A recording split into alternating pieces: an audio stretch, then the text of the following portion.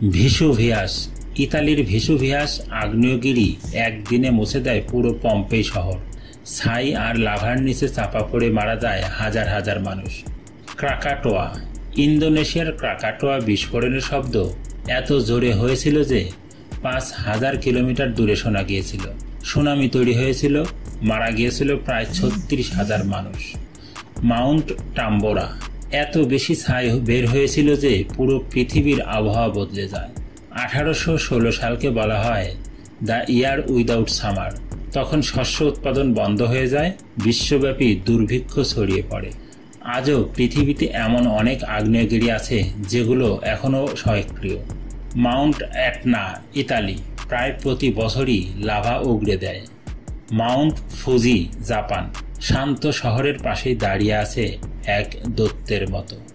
কিলাওয়া, হাওয়াই। ১৯৮৩ সাল থেকে